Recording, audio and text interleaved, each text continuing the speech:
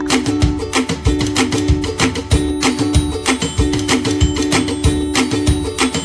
Recuerda que Jesús siempre practicó la solidaridad y el amor por los demás.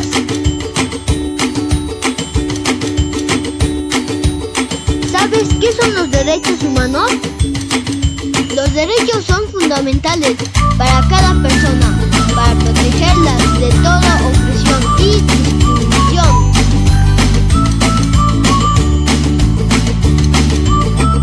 Recuerda que en el año 1948 se promulga la Declaración Universal de los Derechos Humanos. Yo quiero ser un luchador de los derechos humanos.